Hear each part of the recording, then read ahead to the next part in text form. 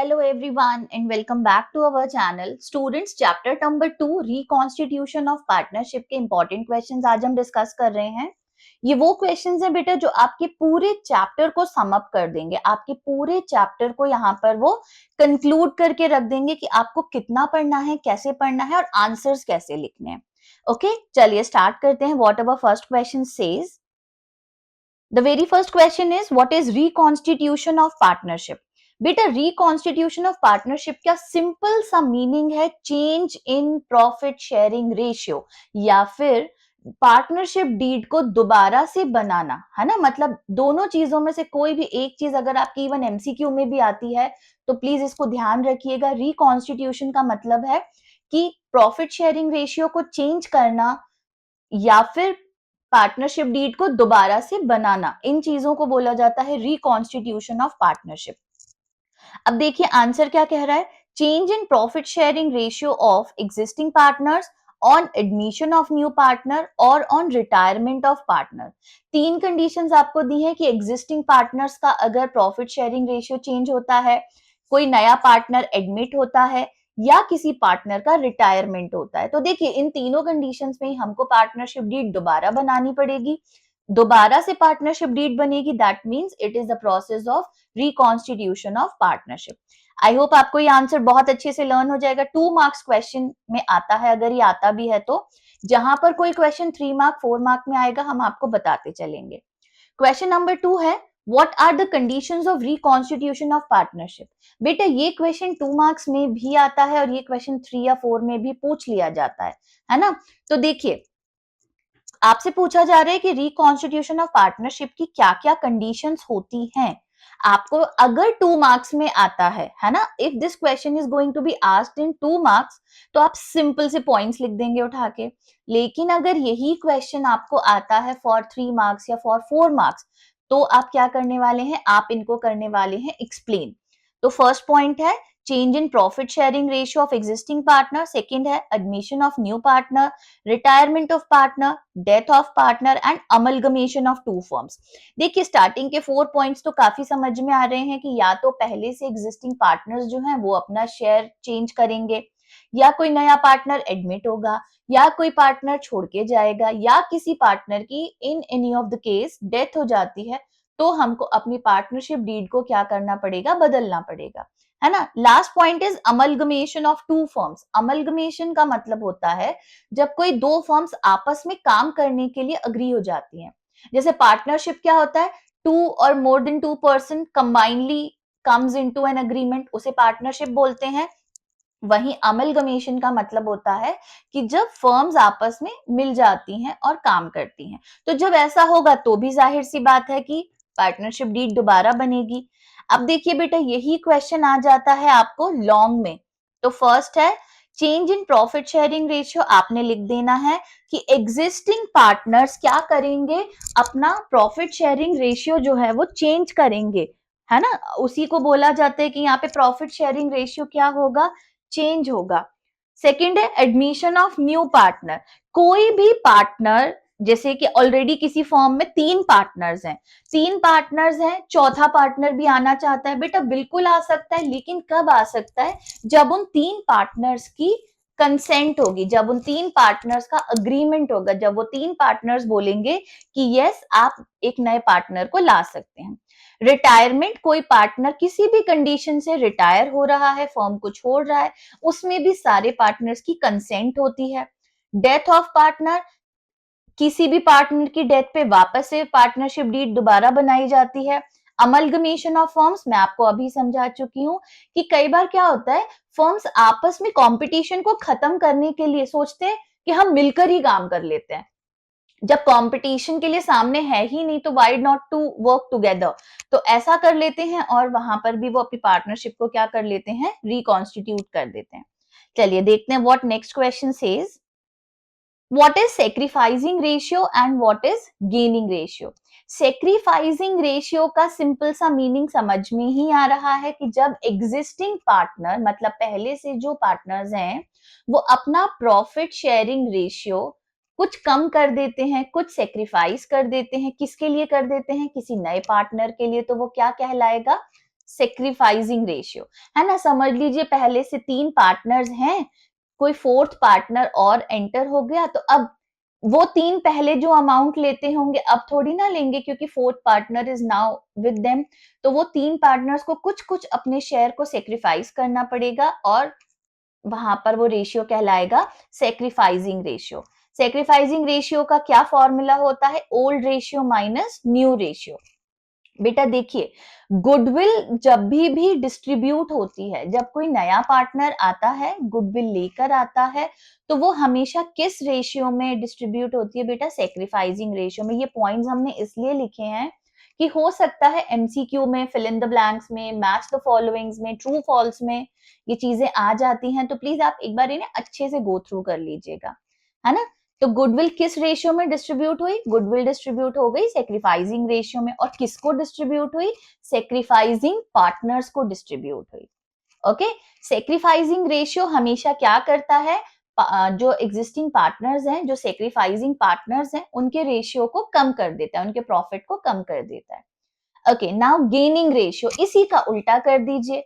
When any partner retires, the existing partner gains part of it. मतलब समझ लीजिए हम 4 अभी कोई पार्टनर्स हैं, कोई एक पार्टनर लीव कर रहा है firm, the one of the 4 partner is going to leave the firm. वो फर्म को जब छोड़ेगा तो जाहिर है उन 3 को कुछ तो फायदा होगा कि अब प्रॉफिट हमारे हाथ में आएगा, तो जो रेशियो उन तीनों के पास जाएगा that is known as gaining ratio. It is just opposite of sacrificing ratio. और गेनिंग रेशियो का फॉर्मूला क्या होता है? New ratio minus old ratio. I hope आपको ये बहुत अच्छे से समझ में आ रहे हैं। चलिए देखते हैं what our next question says. Define goodwill, right characteristics of goodwill. बेटा गुडविल का सिंपल सा मीनिंग होता है कि आपकी बिजनेस की वर्थ को मैक्सिमाइज कर देना। मतलब अगर हम काम कर रहे हैं, we are earning some profit 40,000 50,000, but अगर आपकी गुडविल है, गुडविल मतलब यू आर रेप्यूटेड, आपकी क्वालिटी बहुत अच्छी है, आपसे लोग डील करना पसंद करते हैं, आपकी लोकेशन बहुत अच्छी है, लोग आपके यहाँ आना पसंद करते हैं, दैट मीन्स कि you have some extra worth of your business. आपके बिजनेस को कुछ ना कुछ एक्स्ट्रा वर्थ मिली हुई है, and that extra worth is going to add benefit to your business, है ना। उस चीज को हम बोलते हैं गुडविल। अब इसका हम आंसर देख लेते हैं। It is defined as extra worth of the business which arises due to its name, popularity and good business relation। बेटा इनसे easy definitions I hope हमें नहीं मिलेंगी, अगर मिल भी जाएंगी तो बहुत अच्छी बात है, बट आप पढ़ लेंगे तो आपको बहुत जल्दी याद हो जाएगा। ऐसा नहीं है कि आपको बहुत मगअप करनी पड़ेंगी, आप एक बार अच्छे से रीड अगर कर लेंगे तो भी आपको ये डेफिनेशंस याद हो जाएंगी। It can be said goodwill is capacity to earn higher profit than normal profit. मतलब देखिए मुझे प्रॉफिट हो रहा था 40-50,000 का, अगर मेरी गुडविल बहुत अच्छी है तो हो सकता है वो प्रॉफिट इंक्रीज भी हो जाए, और जिस चीज को हम बोलते हैं कि सुपर प्रॉफिट आ गया, वो हम आगे डिस्कस करेंगे। तो मतलब गुडविल आपके नॉर्मल प्रॉफिट से आपको एक्स्ट्रा प्रॉफिट की तरफ लेके जाता है। Now go through the characteristics of goodwill. It is an intangible asset of the firm. Intangible means you cannot touch it, you cannot see it, you cannot feel it. But yes, it is an asset of the firm क्योंकि उसी के basis पे तो पूरा काम हो रहा है।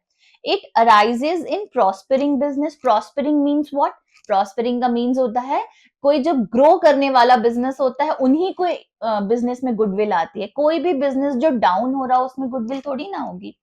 It is a saleable asset. Saleable means you can sell this asset. It is helpful in earning excess profit. इन लिखना भूल गए हैं बेटा, प्लीज आप भी उसको ऐड कर लीजिएगा। It is helpful in earning excess profit. It is an important part of capital of the firm. Firm के कैपिटल का बहुत इंपॉर्टेंट पार्ट होता है बेटा। और गुडविल तो समझ लीजिए हर बिजनेस इस गुडविल के लिए ही काम करता है। More the goodwill, more will be the profit of the firm. चलिए आगे देखते हैं। What are different types of goodwill? आपके बुक में, आपके सिलेबस में 3 पार्ट्स में दिया हुआ है, permanent goodwill, personal goodwill and commoditised goodwill. इन सब में सबसे अच्छी गुडविल होती है permanent goodwill. Then is your personal goodwill and the last one is your commoditised goodwill. चलिए परमानेंट गुडविल को देखते हैं। परमानेंट गुडविल का मीनिंग होता है मतलब कि कुछ भी हो जाए गुडविल चेंज नहीं होगा, ओनर बदल जाए, स्टाफ बदल जाए, लेकिन फर्म का goodwill will remain the same. For an example, कोई ऐसा बिजनेस ऑर्गेनाइजेशन जिसके ओनर्स सीईओ बदलते रहते हैं लेकिन उस फर्म का goodwill is as it is, people rely on the name of the business. उन्हें लोगों से फर्क नहीं पड़ता, उन्हें उस ब्रांड से फर्क पड़ता है जिस ब्रांड के लिए एवरीवन इज वर्किंग, है ना। फॉर एन एग्जाम्पल, आप कितनी चीजें यूज करते हैं, टाटा के प्रोडक्ट्स हैं, रिलायंस के प्रोडक्ट हैं, वाई?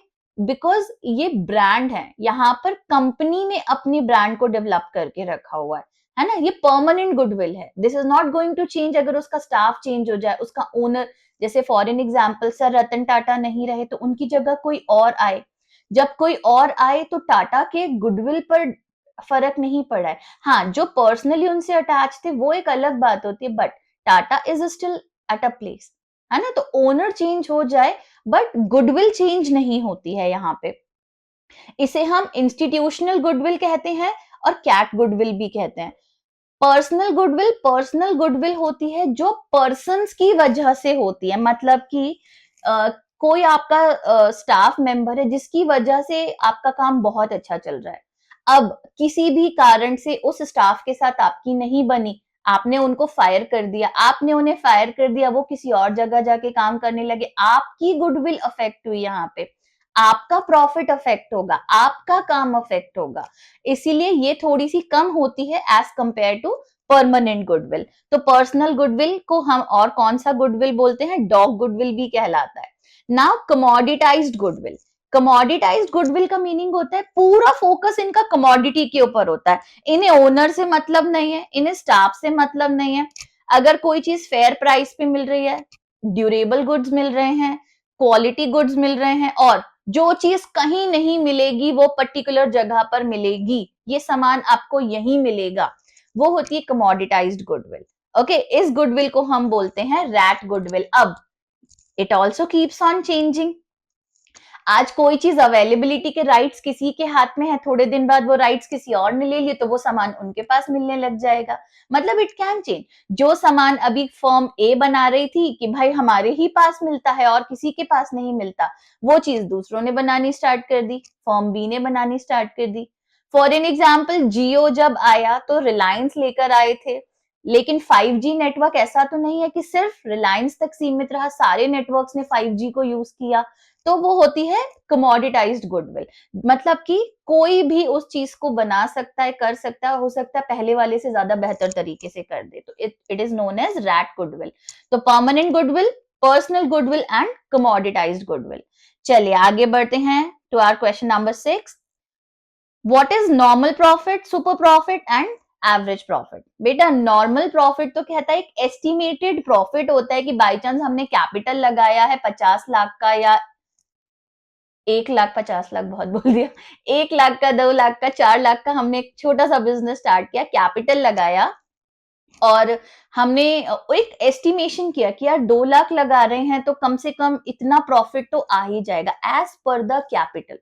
जो प्रॉफिट कैपिटल के बेसिस पे एस्टिमेट किया जाता है, याद रखिएगा, जो प्रॉफिट कैपिटल के बेसिस पे एस्टिमेट किया जाता है उसको बोलते हैं नॉर्मल प्रॉफिट, है ना। अब इसका फॉर्मूला क्या है, capital invested into normal rate, 5%, 10%, 12%, 20% divided by 100। Super profit क्या होगा, जो नॉर्मल प्रॉफिट से ज्यादा होगा। हमने तो अंदाजा लगाया था कि हमको इस साल में 12% का प्रॉफिट होगा, लेकिन हमारी गुडविल बहुत अच्छी थी, हमारी चीजें बहुत अच्छी थी, हमने बहुत अच्छा काम किया, तो हमें 12 की जगह 20% का प्रॉफिट हो गया। तो वो 8% जो है वो हमारा सुपर प्रॉफिट है, क्योंकि हमने अपना नॉर्मल जो डीड बोल रही हूँ, जो हमने अपने डॉक्यूमेंट्स बनाए होंगे, हम उसमें नॉर्मल रेट मेंशन करते हैं कि इतना हमें नॉर्मली हो जाएगा, बट हमें तो उससे ज्यादा हो गया तो वो हमारा क्या हो गया, सुपर प्रॉफिट हो गया। It refers to that profit which a businessman earns more than a normal profit. Normal profit से ज्यादा होता है। Business organizations having super profit have high goodwill. जाहिर सी बात है, जो फर्म सुपर प्रॉफिट कमा रहे हैं या एक्सेस अमाउंट में प्रॉफिट कमा रहे हैं उनका गुडविल ज्यादा ही होगा. It is calculated as a difference between actual profit and normal profit. तो एक्चुअल प्रॉफिट में से नॉर्मल प्रॉफिट को, एक्चुअल मतलब जो हुआ है, मतलब जैसे मैंने बोला 20% का प्रॉफिट हुआ है तो वो 20% का प्रॉफिट हम लिख देंगे, माइनस जो नॉर्मल प्रॉफिट हुआ होगा उसको लिख देंगे. तो जो डिफरेंस आएगा वो होगा हमारा super profit. Now average profit कभी भी एक साल का नहीं निकाला जाता बेटा. एवरेज प्रॉफिट हमेशा निकलता है कुछ पिछले सालों का. हम एक एवरेज निकालते हैं कि अगर हम पिछले 4-5 साल देखें तो एवरेज हमें इतना प्रॉफिट तो हो ही रहा है फॉर्म से, है ना. तो उस चीज को बोलते हैं हम एवरेज प्रॉफिट. तो जितने भी ईयर्स हैं सबके प्रॉफिट और लॉसेस को आप ऐड सब्ट्रैक्ट कर लीजिए और डिवाइड कर दीजिए नंबर ऑफ ईयर्स से. जितने भी साल का, 4 साल के दिए, 5 साल के दिए, that is going to be your average profit. चलिए आगे देखते हैं. What are different methods of calculation of goodwill? बेटा इंपॉर्टेंट क्वेश्चन है, कई बार एमपी बोर्ड ने इस क्वेश्चन को पूछा है. हो सके तो अच्छे से देख लीजिएगा, कर लीजिएगा. एक न्यूमेरिकल इस चैप्टर से जरूर करिएगा गुडविल कैलकुलेशन का. मैंने न्यूमेरिकल्स भी डाल रखे हैं इस चैप्टर के, प्लीज आप देखिएगा, क्योंकि न्यूमेरिकल आते हैं इस चैप्टर से गुडविल कैलकुलेट करने के लिए. चलिए सबसे पहला मेथड आ रहा है एवरेज प्रॉफिट मेथड. जैसे कि मैंने अभी बताया, आप क्या करिए, एवरेज प्रॉफिट निकालिए, सम टोटल करिए सारे प्रॉफिट जितने भी ईयर्स के दिए हैं divided by number of years, है ना, जितने भी साल का है. अब गुडविल निकालने के लिए क्या करेंगे, जो एवरेज प्रॉफिट आया होगा उसको आप मल्टीप्लाई कर देंगे ईयर्स ऑफ परचेज, जो कि क्वेश्चन में दिया होता है. आपको बहुत ज्यादा याद नहीं करना है, आप सिंपली इतना इतना भी लिखेंगे तो you are going to get good marks. Second method is super profit method. Super profit हम आपको समझा चुके हैं कि कैसे निकलता है. तो देखिए गुडविल निकालने का फॉर्मूला क्या होगा, super profit into number of year. और सुपर प्रॉफिट कैसे निकलता है, actual profit minus normal profit. और नॉर्मल प्रॉफिट कैसे निकलता है, capital into normal rate of return divided by 100. ये सब हमने अभी पीछे फॉर्मूले पढ़ लिए हैं. Then is your annuity method. Annuity method कहता है बेटा 1 रुपी की जो वैल्यू डाउन होती है, कभी इंक्रीज होती है, उस बेसिस पर जब गुडविल कैलकुलेट होती है. तो देखिए आपको सुपर प्रॉफिट निकाल देनी है और मल्टीप्लाई कर देना है प्रेजेंट वैल्यू ऑफ ₹1, जो भी आपको क्वेश्चन में दे रखी होगी, जो भी एन्यूटी की अमाउंट उन्होंने दी होगी आपको उससे मल्टीप्लाई कर देना है बस उठा के. And this is going to be your annuity method. Okay, next is your capitalisation method. अब कैपिटलाइजेशन मेथड में क्या होने वाला है, आपको कुछ नहीं करना, सेम वही सुपर प्रॉफिट वाली चीजें चलेंगी. सबसे पहले तो हम देख लेते हैं. Under this method the value of goodwill is calculated by deducing the actual capital employed from the capitalised value of the average profit on the basis of normal rate of return. Goodwill निकलेगा normal capital minus actual capital employed, जो भी capital question में दिया होगा. उसके बाद आप क्या करने वाले हैं, आप करने वाले हैं नॉर्मल कैपिटल का जो भी फॉर्मूला वहां पर लगाएंगे, average profit into 100 divided by normal rate of return. बेटा जब आप क्वेश्चन देखेंगे ना तो उसके अंदर आपको सब वैल्यूज दी हुई होंगी, ये तो आपको थोड़ा सा यहाँ पे लर्न करना पड़ेगा. अदरवाइज जब आप क्वेश्चन देखेंगे तो आपको वहां पर दिखेगा. कैपिटलाइजेशन भी बेटा दो तरीके से होती है, एक होता है एवरेज प्रॉफिट से और एक होता है सुपर प्रॉफिट से. एवरेज प्रॉफिट हमने आपको बता दिया है, एवरेज प्रॉफिट कैसे निकलता है, सम टोटल करिए सारे प्रॉफिट्स का और डिवाइड कर दीजिए नंबर ऑफ ईयर्स से. तो देखिए यहाँ पर एवरेज प्रॉफिट इनटू 100 करेंगे और जो भी रेट 12%, 6%, 8% दिया उससे क्या कर देंगे, डिवाइड कर देंगे. अगर क्वेश्चन में एक्चुअल कैपिटल नहीं दिया है तो आपको एसेट्स एंड लाइबिलिटीज दिए होंगे तो आप एसेट माइनस लाइबिलिटीज कर दीजिए. तो ओवरऑल आपको ये पूरा लिखना है कैपिटलाइजेशन मेथड में एवरेज प्रॉफिट से. सेम सुपर प्रॉफिट से, सुपर प्रॉफिट आपको कैलकुलेट करना आ गया है. And what is the formula for super profit, जो भी आपका एक्चुअल प्रॉफिट हुआ है माइनस करेंगे नॉर्मल प्रॉफिट, आ गया आपका सुपर प्रॉफिट. और गुडविल निकालने का क्या फॉर्मूला है, कैपिटलाइजेशन मेथड से super profit into 100 divided by normal rate of return, है ना. ओके चलिए आगे आते हैं. Is goodwill is an asset, या फिर किसी और तरीके से अगर ये पूछा जाएगा तो क्वेश्चन होगा what is nature of goodwill. तो बिल्कुल गुडविल एसेट है, लेकिन गुडविल कैसा एसेट है? Goodwill is an intangible asset. Goodwill हमारा फिक्स्ड एसेट है, गुडविल हमारा फिक्शियस एसेट है। अब हम देख लेते हैं कैसे कैसे इसको बताया गया है। कुछ एक्सपर्ट्स कहते हैं कि गुडविल जो है फिक्स रहता है, जैसे हमने कहा कि कंपनी की वैल्यू वर्थ वैसी की वैसी ही रहेगी अगर उसका स्टाफ चेंज हो जाए, इवन उसका ओनर चेंज हो जाए, बट कंपनी की वैल्यू चेंज नहीं हो रही है। वो कौन सी गुडविल होती है? कैट गुडविल होती है, तो वो फिक्स्ड एसेट हो गई वहां पर हमारी। दूसरी चीज, इस पर कोई डेप्रिसिएशन चार्ज नहीं होता है, फिक्स्ड एसेट है लेकिन कोई डेप्रिसिएशन चार्ज नहीं होता। क्यों? क्योंकि वो इंटेंजिबल है, दिखती नहीं है, फील नहीं कर सकते, टच नहीं कर सकते, but you can experience it. Intangible asset हम पहले ही डिस्कस कर चुके, इसका कोई फिजिकल फॉर्म नहीं है, ये किसी फिजिकल फॉर्म में नहीं है, लेकिन ये आपकी फर्म के लिए एक्स्ट्रा प्रॉफिट लेकर आती है ना?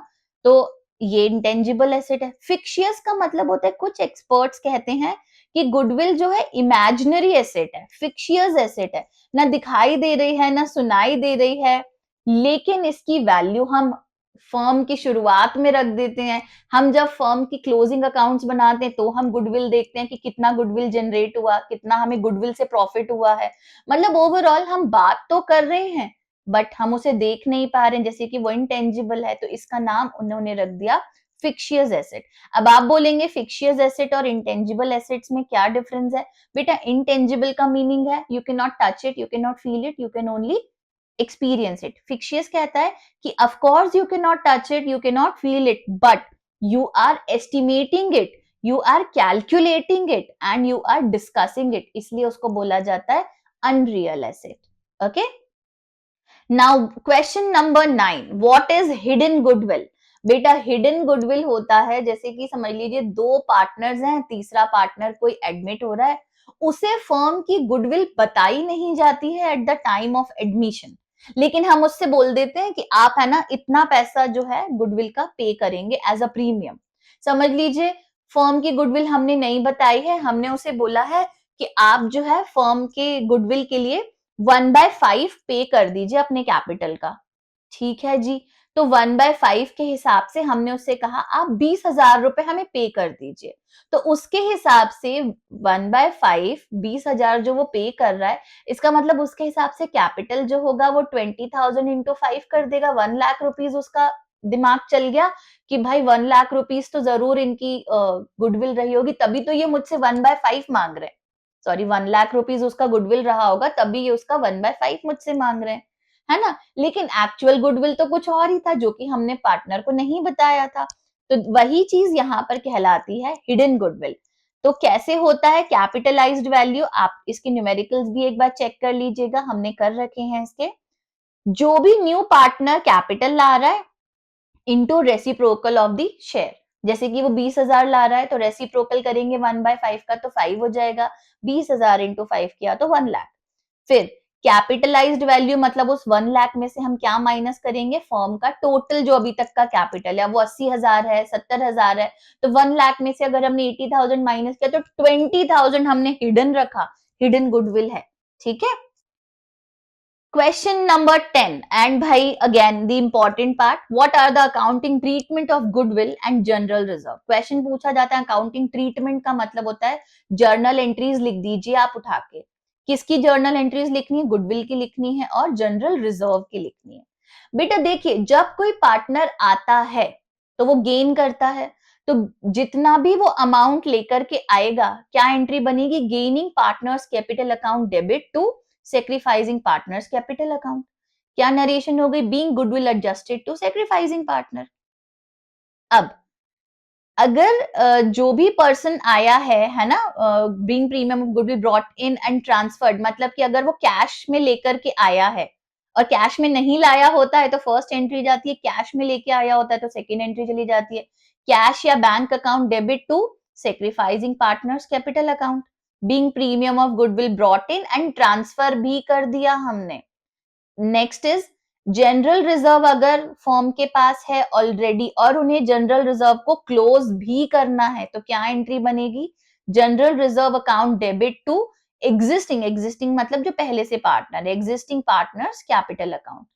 है ना, मतलब जनरल रिजर्व समझ लीजिए 20,000 का है और 2 पार्टनर है, इक्वल पार्टनर है, तो 2 A's capital account 10,000, 2 B's capital account 10,000, close कर दिया। Done. A fourth entry, gaining partners capital account debit to sacrificing partners capital account, बेटा वो फर्स्ट एंट्री ही वापस से रिपीट हो गई है, तो आप उसे अवॉइड कर सकते हैं। तो these are your treatment for goodwill and general reserve. I hope आपको ये चीज समझ में आई है, क्वेश्चंस काफी यूजफुल रहेंगे आपके लिए। विद इन अ डे और टू हम चैप्टर 3 का वीडियो भी अपलोड कर देंगे। पढ़ते रहिए, समझते रहिए, स्टिल कोई डाउट लगे तो जरूर हमें बताइएगा। Thank you so much students, और अगर पसंद आए तो लाइक कर दीजिए, शेयर कर दीजिए और सब्सक्राइब कर दीजिए। Thank you so much.